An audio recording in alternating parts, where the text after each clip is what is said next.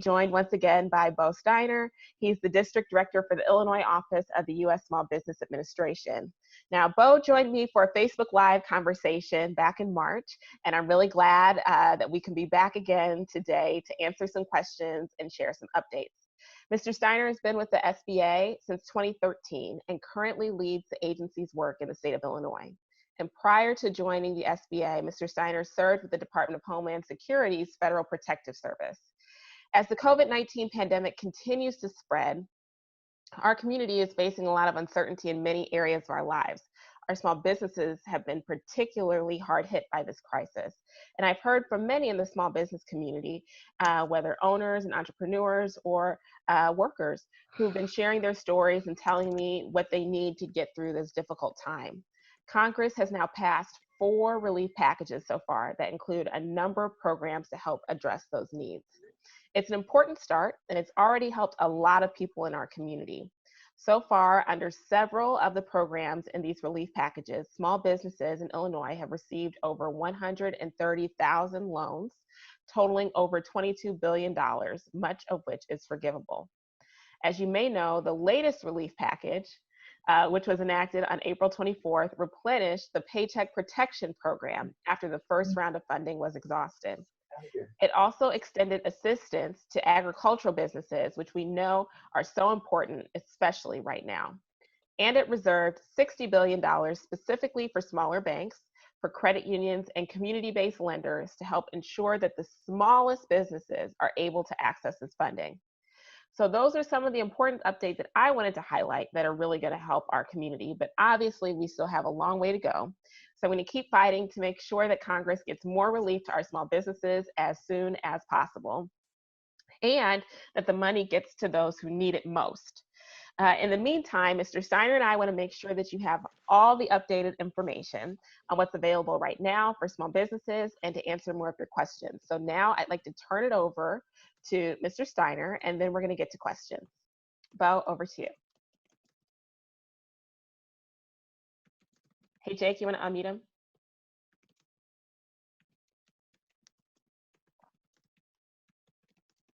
Nope. Okay. Okay. You have me now? Yes. Yes. Okay. Thank you. I'm sorry about that.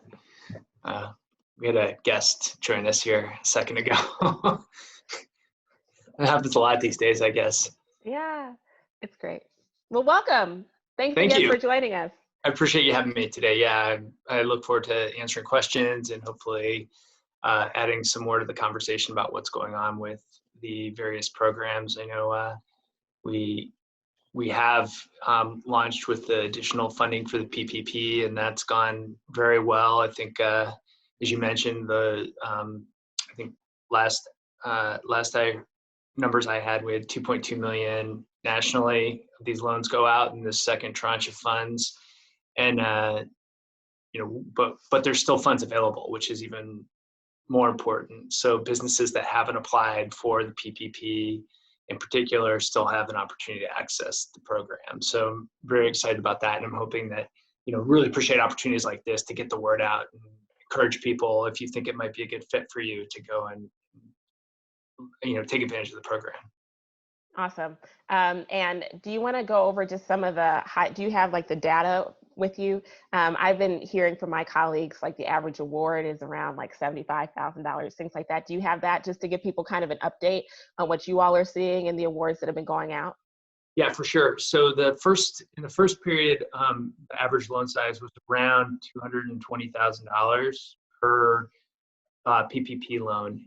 In this tranche of funds, the average loan size is $79,000. So you can see the money's getting to smaller businesses, which is really, I think, the intent of all the efforts that were underway to break out the different tranches of funds to smaller lending institutions. So 30 billion for the 10 billion or less in asset size banks and community development financial institutions, those sorts of entities, the 10 to $50 billion tranche, and then that still leaves that $250 billion remaining.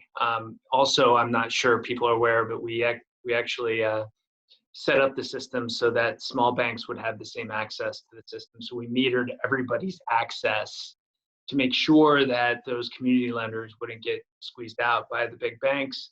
And that really seemed to work. And it, at this point, the feedback that we're getting is that most of the lenders that are out there have exhausted their application pool at this point.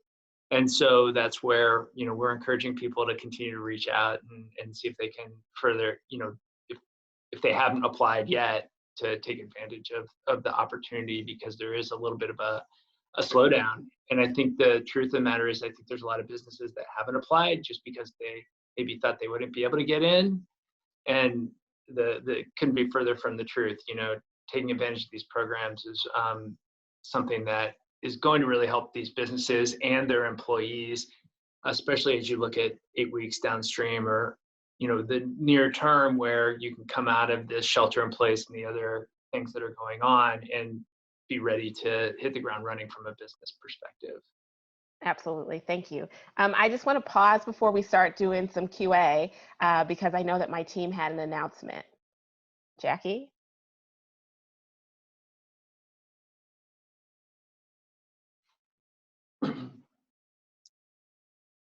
Thank you so much. Just really quick, everyone, as we get ready to start the question and answer portion, for those of you that submitted questions previously through the Google form, we RSVP'd, the Congresswoman will call your name, and then you can go ahead and ask your question, and then Mr. Steiner will respond. And then after that, we will have some questions from Sherry Farley from the Yorkville Chamber of Commerce. And then from there, as you all know, there is a group chat on the side. So if you have additional questions that you were unable to submit, if time permits, you can go ahead and ask your question in this chat, and we will call out those questions once we get through everything else. Thank you so much, and back to the Congresswoman. Okay, so like Jackie said, we had a number of participants submit questions ahead of the event, and so I'm going to call on you to ask your question. So I'm assuming that you're here, and if they don't chime in, then I'll just read it. But the first one is Paige Van of Vernon Hills, who would like to ask about checking the status of the EIDL, the Economic Injury Disaster Loans, and PPP applications.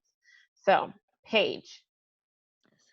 I don't think Paige is here. Okay. So we can go ahead. I think who is next? We have Jack. No, I'll ask. Well, hold on. I'll ask her question. Her question was, how can I check the status of my EIDL and PPP applications? And then what other help can small businesses like mine get if PPP and EIDL are not available to me in time? Sure. So as far as the EIDL, that's where you're going to reach out to the SBA. We have a disaster customer service line. You can reach that line at 800-659-2955, and they should be able to give you a status update. Understand that we've had about 5 million applications, and we're still working through processing those loans on a first in, first out basis. So the status they may give you is in process, and may not be much more than that. I wish we could give you a better perspective right now. I know they're working on systems to give better updates to folks, but that's still going to be the best place to go. As far as your PPP loan, definitely recommend that you reach out to your lender. Basically, the lenders serve as the primary agent on your behalf to apply for PPP, and so you're going to need to touch base with them to see what the status of your loan is. Typically, it sits with SBA for a very short period, less than a couple hours.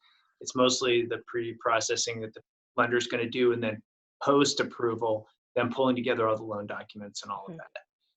As far as other resources that are available, definitely want to encourage people to take advantage of the Small Business Development Center Network, SCORE, the Women's Business Development Center as great resources to help you strategize around your the needs that your business has, to include not just federal programs, but also those state and local programs that may be available in your local area. So those are great resources, whether we're in this situation with COVID-19 or you're just looking at how do I grow my business, expand, hire employees, those sorts of things. Awesome. Thank you. Next, Jack Shipley of Wakanda had a question. Jack, welcome. Hi, welcome. Thank you for doing this. I appreciate it. Sure. Congresswoman and Rob Bowe, I would like the SBA to develop more specific information about applications. We've been on approved, final submitted, signed document status for almost 2 weeks, and we can't get anything further than that, other than sort of generic question and answer back from the SBA. So I think that if SBA wanted to focus on anything that would help people, it's sort of like at least getting some general ETAs down on if you're at this status, this is what you can expect. Because right now we're in a void where we're running out of our PPP funds and coming on to the EIDL that we think we're approved on, at least by stated in our portal, but we don't know anything further than that. So getting specific is important for us, I think. So just to clarify, you want to know how to get some clarity on when your approved loan will be funded. That's correct, on my specific loan. But I think that what I'm hearing from others is that they're facing the same thing. They see the approved status up or whatever status, if they're filing the 3 verification signing documents, get to approval, what happens next? And how do I go about that? We're told vaguely that we're supposed to talk to a loan officer or a case manager. That's not happened, and it's been almost 2 weeks, and that can get 3 weeks. It's been frustrating. Thanks, for us on that way. We'd like to plan beyond this June 2nd when our PPP loan runs out. So that's important for us. Thanks, Jack. Bo? Sure. Yeah, and totally understand the frustration that you're experiencing, and I know that from the district office up to our Office of Disaster Assistance, we want to be able to give you a better timeline on that. So I and my team continue to provide feedback through the organization on ways that we can get better and we can continue to improve. I can't make any promises in the near term that I can get you, Jack, information that relates directly to yours right away, but I'm happy to try. So I know you can work with Congresswoman Underwood's staff to get in touch with me directly, and we can see what we can track down. Thank you. The next person we have is Carrie Sullivan of St. Charles, who had a question about documentation needed for PPP loan forgiveness. Carrie, welcome.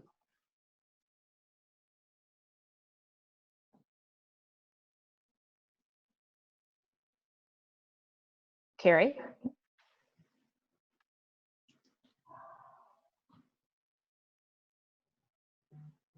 Okay, so Carrie's not here. Her question was, I received a loan via application through my bank and funds were directly deposited. The bank doesn't have much guidance on documentation I'll need to prove that I used the funds appropriately and suggested that the payments or forgiveness will be administered by the SBA. Do you know of any resources that point to documentation requirements so that I know I'm accounting properly? Sure. So again, and this is another case where I wish I had better information to share right this moment. SBA has pulled together guidance for borrowers and lenders on the forgiveness process and what that looks like. We are waiting for that to be published formally, publicly, typically on the Treasury website. So, we're working on getting additional information out there to you as quickly as possible and understand the uncertainty that this presents to you. All I could recommend to you right now is that you maintain, very close accounting on the use of those proceeds, whether it's for your payroll costs, making sure that you keep good payroll records, rent, mortgage, other eligible expenses that you use, that you keep the receipts for those, you keep your payment records on those, so that when it comes time to apply for forgiveness, that you've got all the documentation pulled together. My understanding is that many of the payroll providers are working to also provide appropriate documentation that can support that forgiveness request. So I'd encourage you to look at if you use an online tool or you work with a payroll company, work with them to see what they can also provide to support your forgiveness request effort.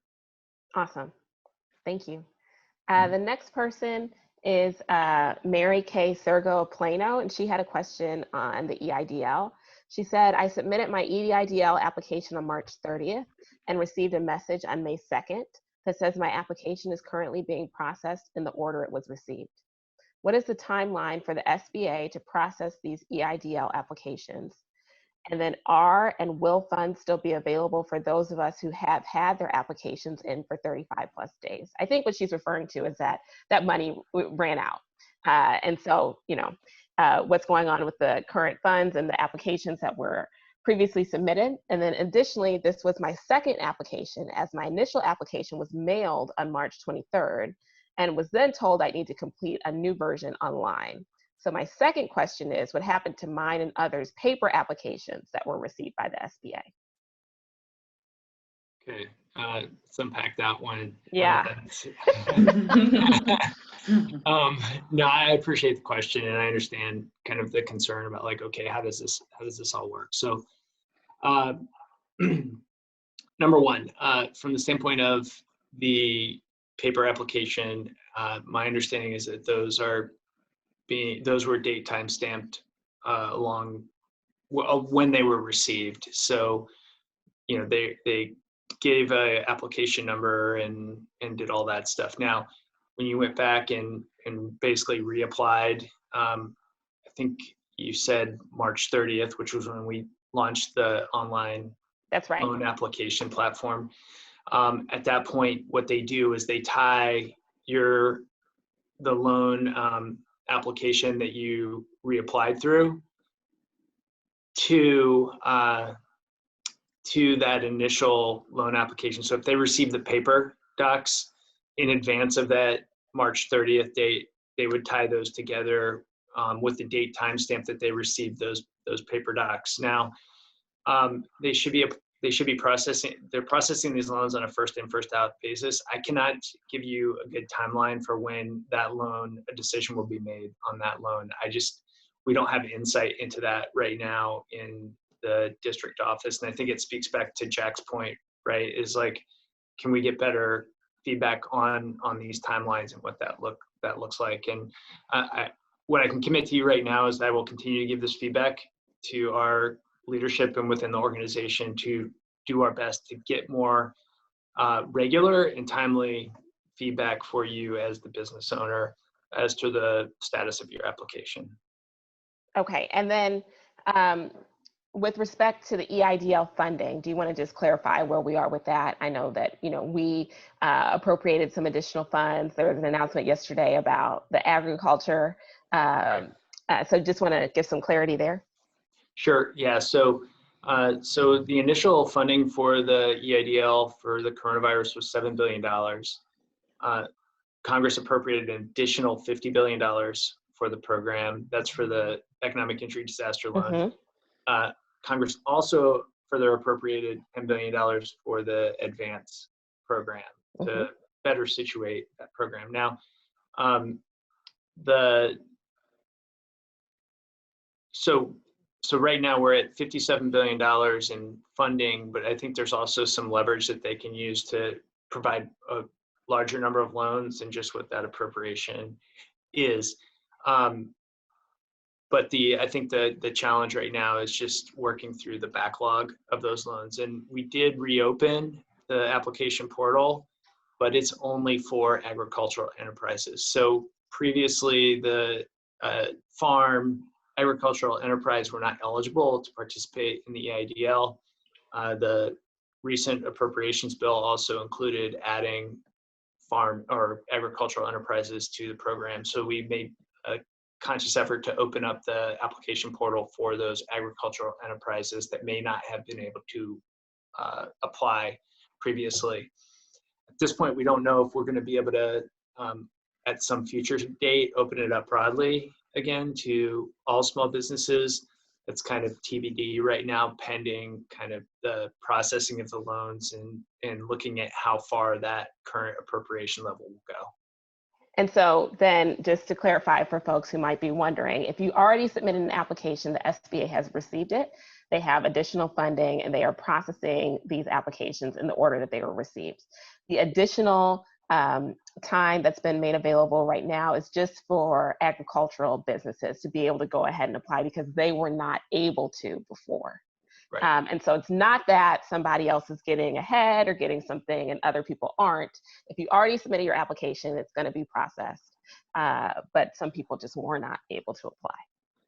Thank you. Okay, so next we have Curtis Hogg of Geneva, who had a question about the maximum loan amounts. Curtis.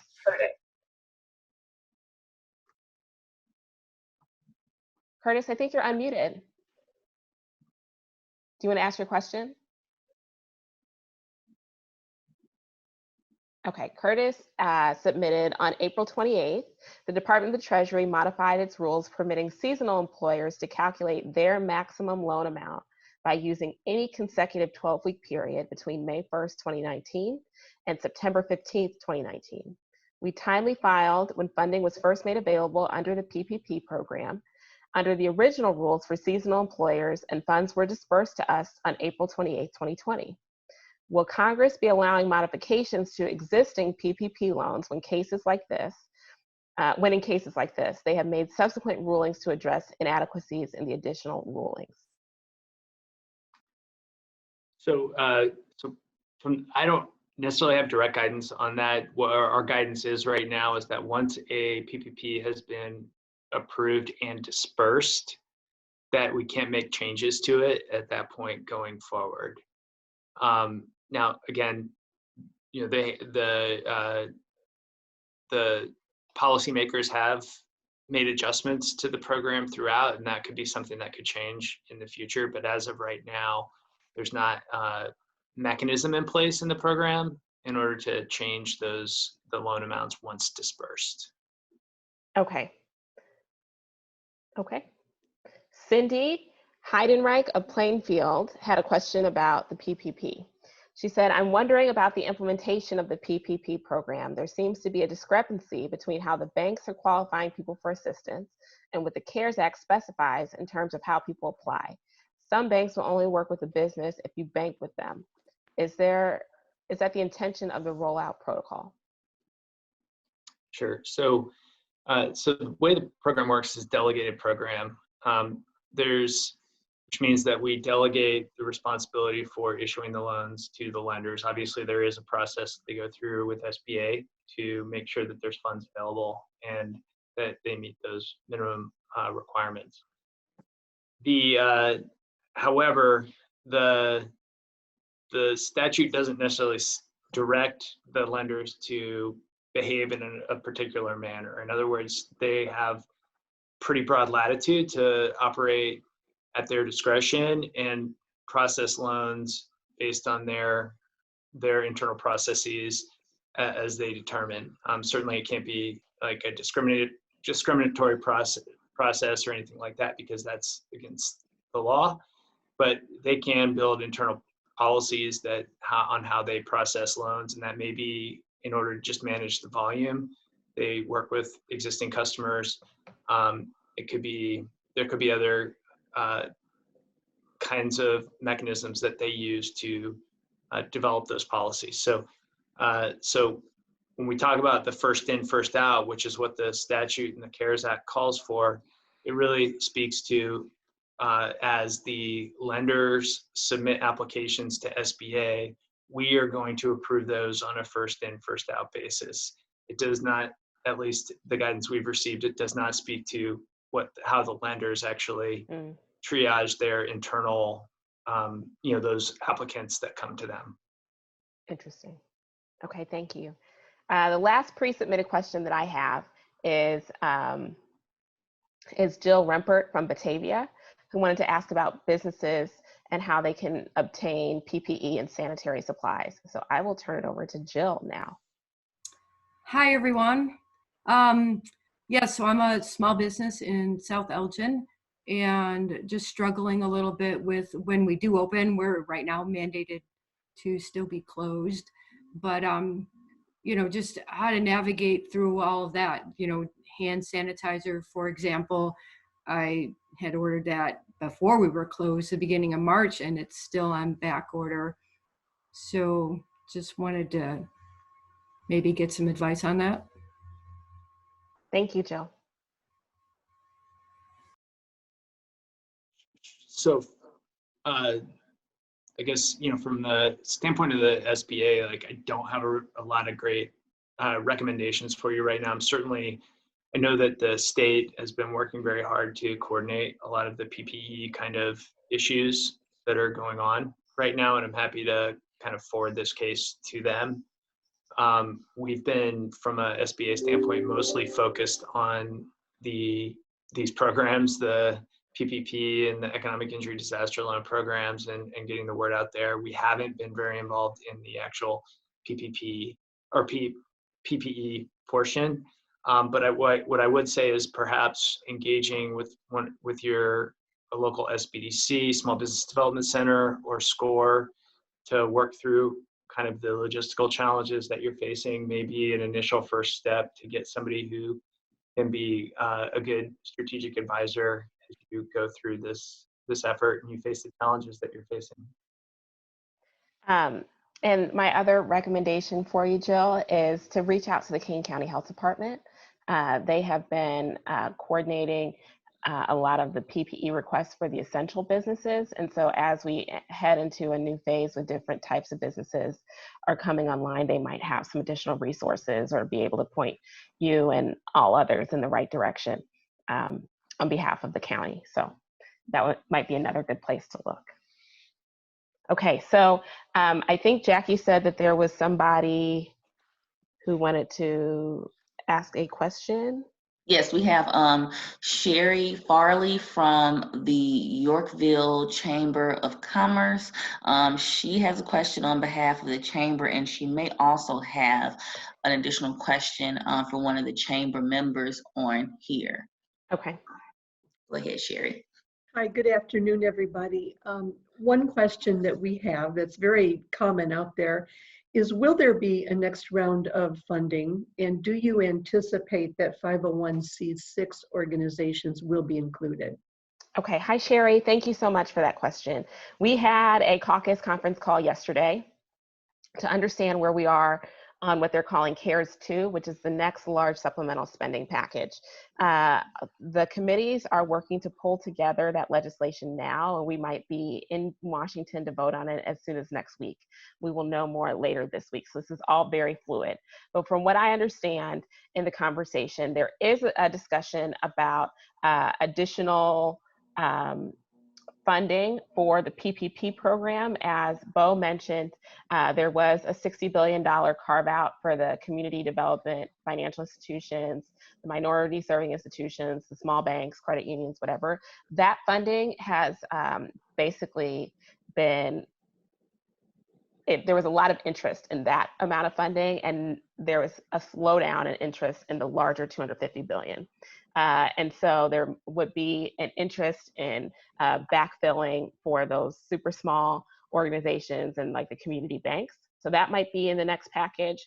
They want to put some more reporting requirements so that we know with much more granular detail, who's getting these awards, how much they're getting, the geographic makeup, things like that, which has been a little bit tough for the Congress and our oversight to be able to get consistently from the states. And yes, we have submitted the request about the C6 eligibility, and I think that, at least at this point, my understanding is in the House bill that would be included. It is not clear to me that at this point in time there is bipartisan agreement. So this might be a bill that the House just passes, and then we have to continue the negotiations with the Senate and the administration. They are not currently, at least as I understand it, in the middle of those negotiations right now. But you believe that will be part of the vote next week if it comes to vote? That's right. That's right. So again, it's unclear if the larger PPP program needs additional funds and how much is needed, but they are likely going to be adding additional funds for that carve out for the CFDI and the micro lenders. They're going to open it up to nonprofits. And then I think that they're thinking about a carve out for really small companies with under 25 employees. and then again, putting some new reporting requirements for the Small Business Administration on the PPP dollars. They want to increase the economic injury disaster loan funding in this next bill. And then they're looking actually back towards, do you remember in 2010, the American Recovery and Reinvestment Act, ARA, that was the stimulus package after the Great Recession, or I guess it's 2009 that happened. There were some provisions from there that they're thinking about bringing back. So that's what I learned on the call yesterday. We haven't seen any kind of legislative language. I'm sure through the chamber, you guys are going to receive information from your DC office as pretty much at the same time that we start receiving it. But if the next package starts to look any different than what I've sort of outlined here, please let us know your feedback. We've been trying to be in close touch with the community, the small business community, through our advisory council and through our local chambers, and have really appreciated the dialogue that we've been able to continue with each of you. And so we want to make sure that this next package is meeting the needs of the 14th district and of Illinois businesses. So let us know. Okay, thank you very much. Thank you. The next question does come from one of the businesses regarding the PPP funding. This particular business, her loan, her 8-week loan will end June 22nd, but she's not able to open until June 1st via mandate. And her employees have been on unemployment during this time.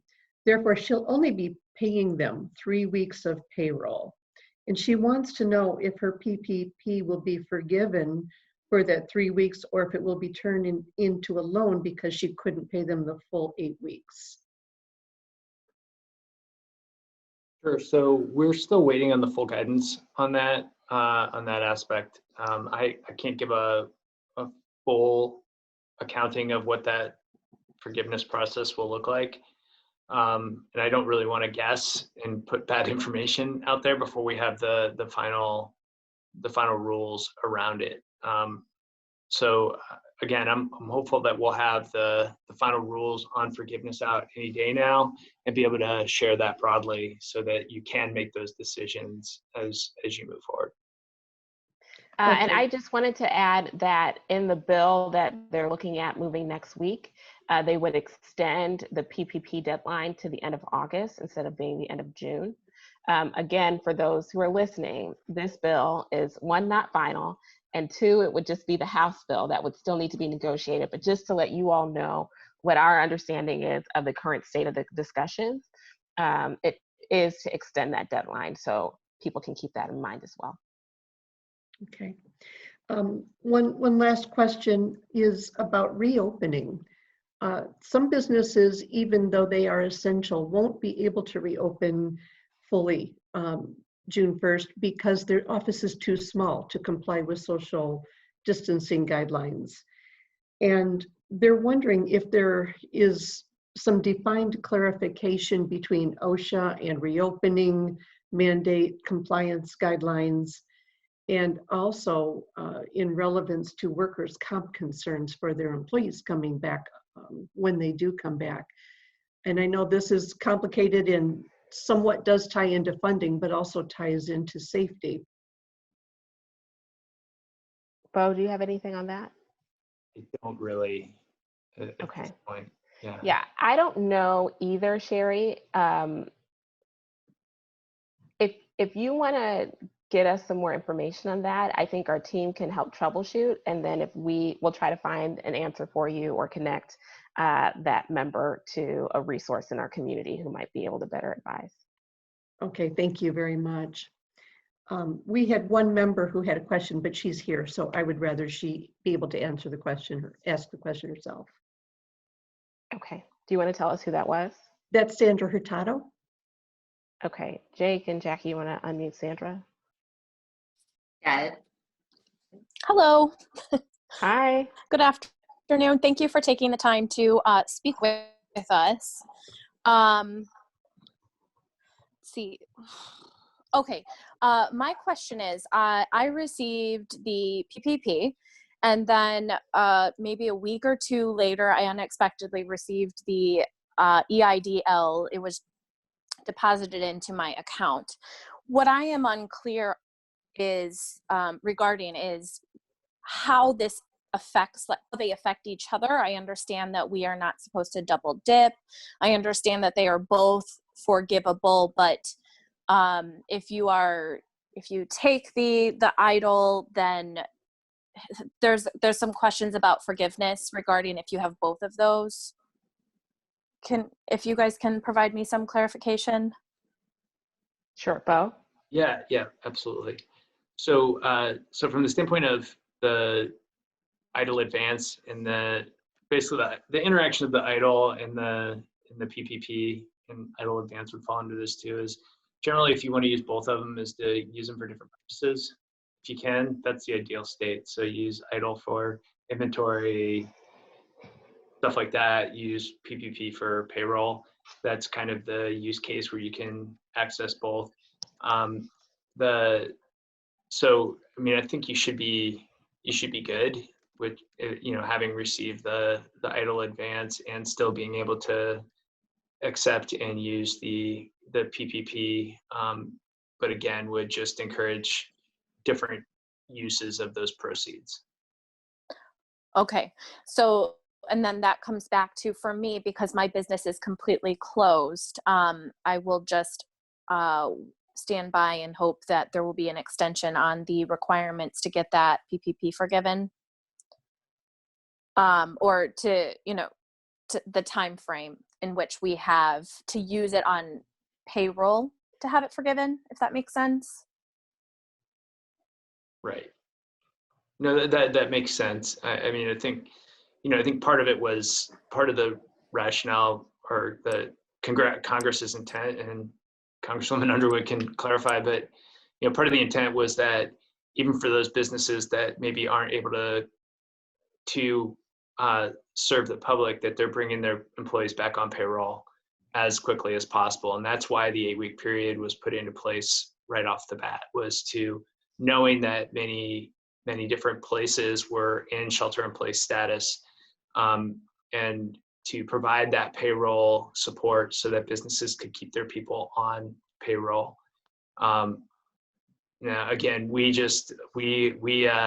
implement the policy, and as it stands right now, we're on the 8-week timeline from disbursement to or I guess the 8-week period starting from date of first disbursement. So we'll see what happens going forward if that's relaxed, and we'll definitely keep people informed from an SBA perspective on if or when those changes are made.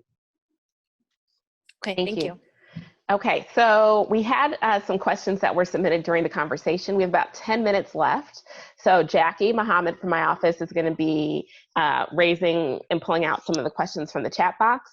And we can do it kind of as a lightning round if you're down, Bo, to try to see how many we can answer. Do it. All right, I'll start with the first one. If our small business received the EIDL grant, do we need to attest or do anything to acknowledge this grant? What is the ACH description that we will see on our bank transactions? Yeah, so when you receive the EIDL advance, it will typically just show up. You're not going to get a notification that it's coming, anything like that. Just so that you have a sense, you know, you're kind of like, is this the advance?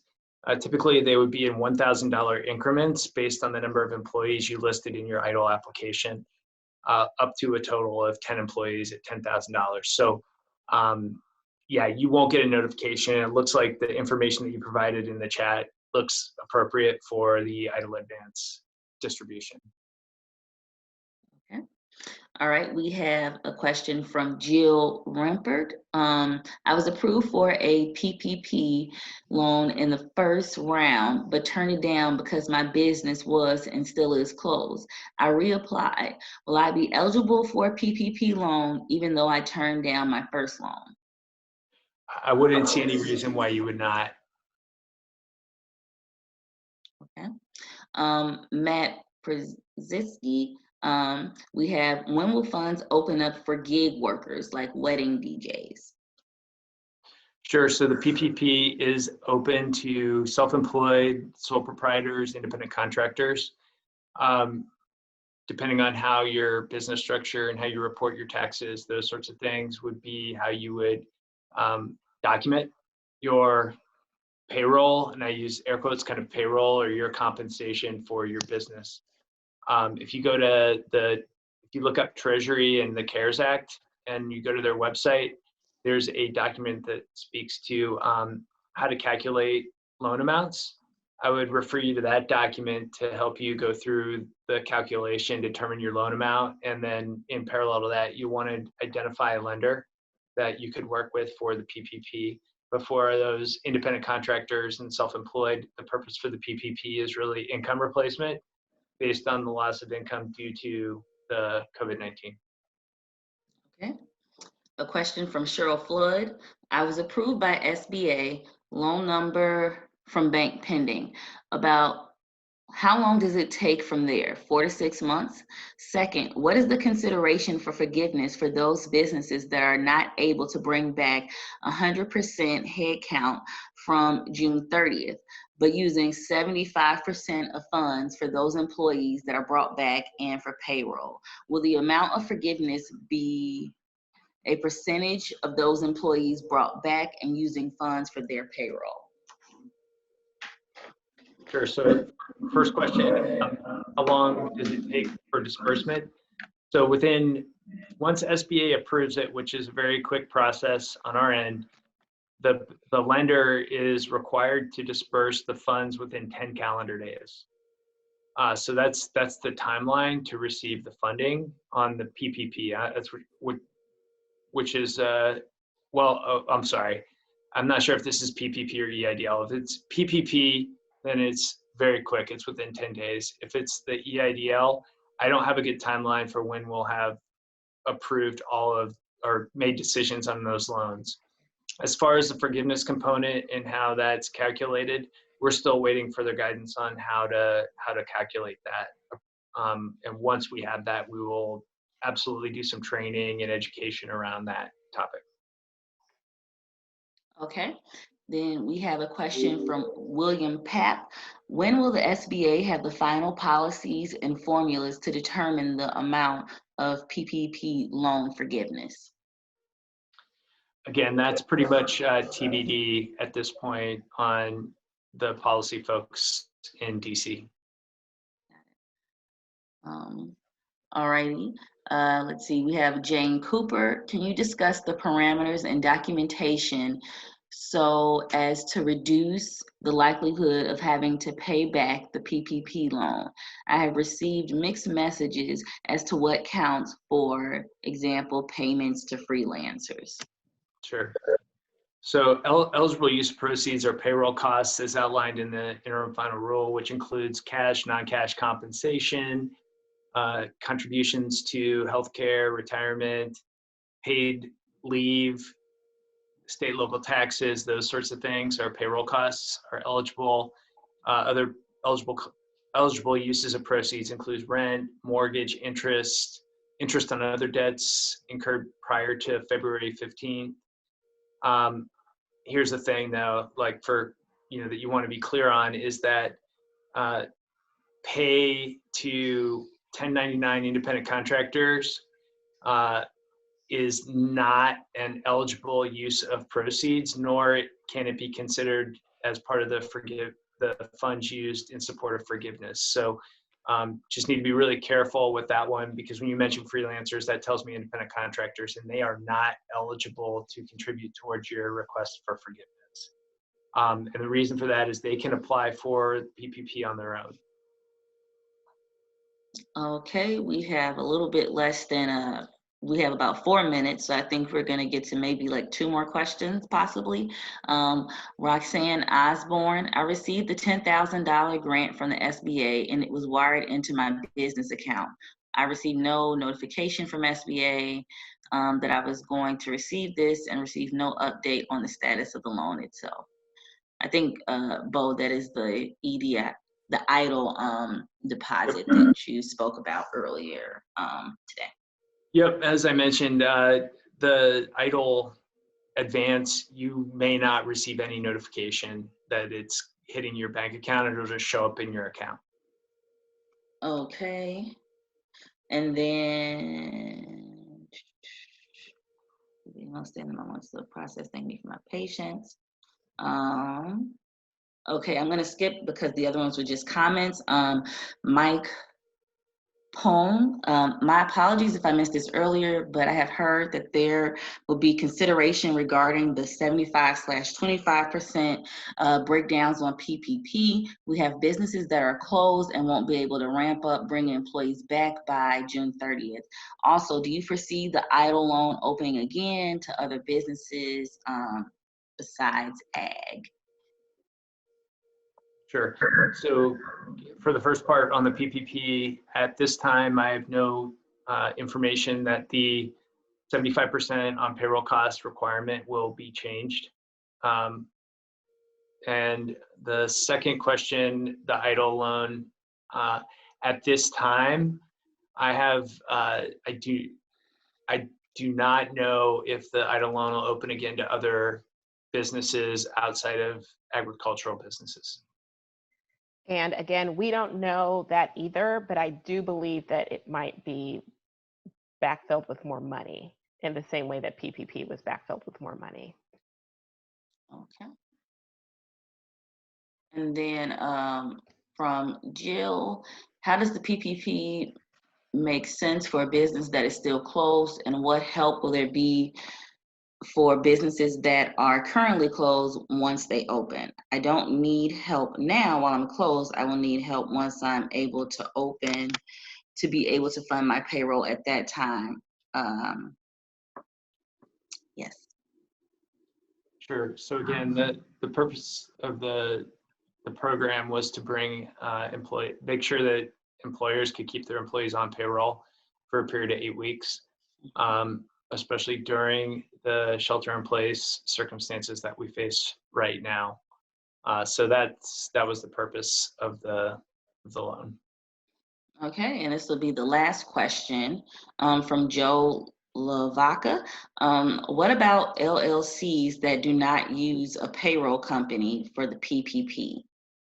Sure. So for those, in that kind of instance, I would refer you to the how to calculate max loan amount. It specifically calls out partnerships and LLCs, as well as there's an interim final rule in the CARES Act that refers to additional eligibility criteria and requirements for certain pledges of loans that talks about sole proprietors and partnerships. So I would refer you to those documents for insight into making application to the PPP program as an LLC.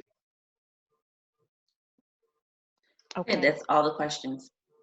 Well, again, thank you everybody for participating. We had a number of folks throughout the 14th district that had signed on this afternoon for the conversation. I'd like to thank Bo Steiner for participating with us once again. We know that you all are working on overdrive to get these resources out across our state and across the country. I'd like to thank you for all that you're doing and for being so accessible to us.